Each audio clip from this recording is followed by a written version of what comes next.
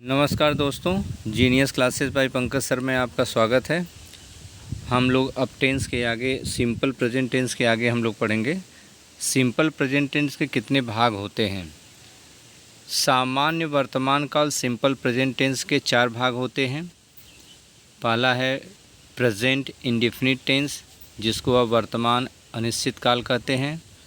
Present continuous वर्तमान अनवरत काल कहेंगे।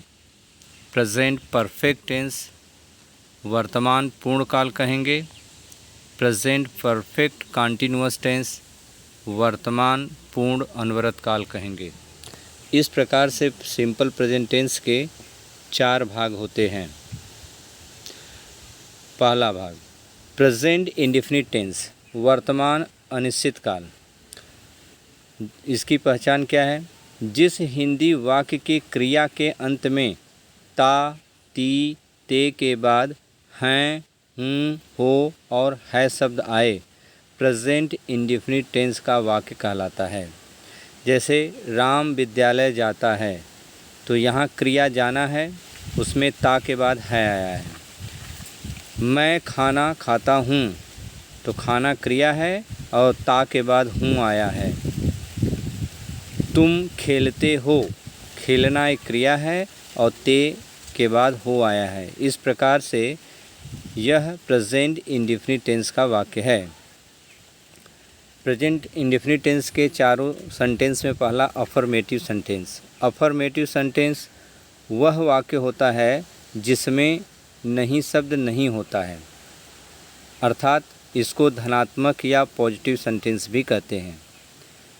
तो इसका ट्रांसलेशन करने के लिए कुछ रूल्स इस प्रकार हैं कि सबसे पहले सब्जेक्ट कर्ता लिखा जाता है प्लस क्रिया, और क्रिया में यस या ईएस लगाकर एक वचन बनाते हैं, क्योंकि सभी क्रियाएं बहुवचन में होती हैं। अगर कर्ता हमारा एक वचन का है तो क्रिया भी एक वचन का होना चाहिए, तो इसलिए क्रिया में यस या ईएस लगाकर उसे एक वचन बनाते हैं। तो सब्जेक्ट कर्ता प्लस वर्ब क्रिया प्लस ऑब्जेक्ट।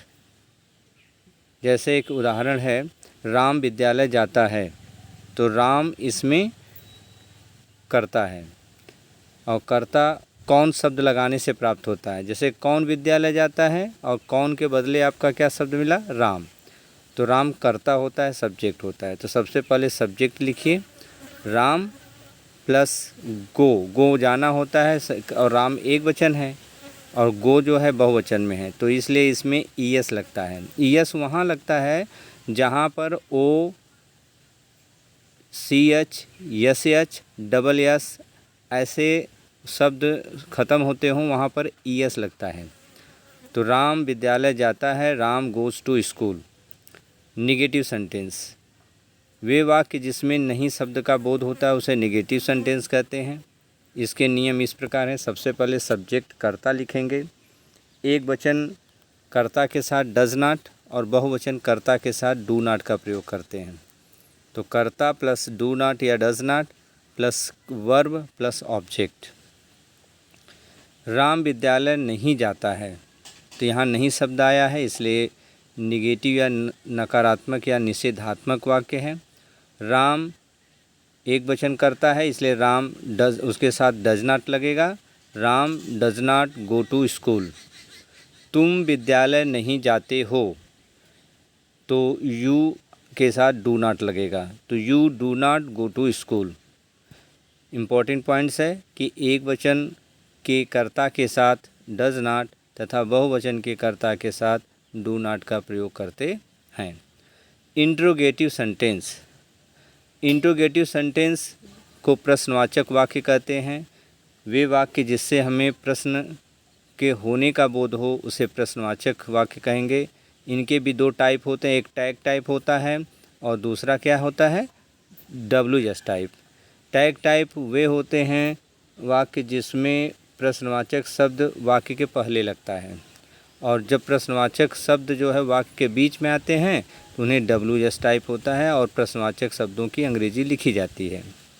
तो टैग टाइप में पहले डज या डू लिखेंगे प्लस सब्जेक्ट कर्ता प्लस वर्ब प्लस ऑब्जेक्ट कर्म प्लस प्रश्नवाचक चिन्ह, नोट ऑफ इंटरोगेशन लास्ट में लिखेंगे।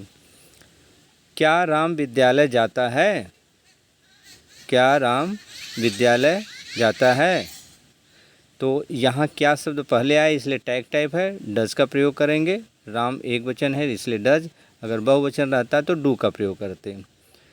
तो क्या राम विद्यालय जाता है? तो does Ram go to school, प्रश्नवाचक चिन्ह लास्ट में। और WS टाइप में इंट्रोगेटिव वर्ड्स लिखेंगे, फिर डू या डज का प्रयोग करेंगे, फिर सब्जेक्ट लिखेंगे प्लस वर्ब लिखेंगे, फिर object plus note of interrogation, last में प्रश्नवाचक चिन्ह। राम क्या विद्यालय जाता है? तो क्या की अंग्रेजी लिखी जाएगी इंट्रोगेटिव वर्ड्स का, what does Ram go to school.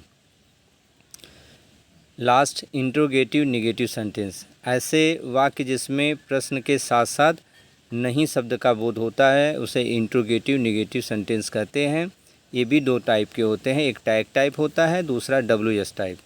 Tag type का रूल है डज या डू पहले प्लस सब्जेक्ट कर्ता प्लस नॉट प्लस वर्ब क्रिया प्लस ऑब्जेक्ट कर्म प्लस नोट ऑफ इंट्रोगेशन।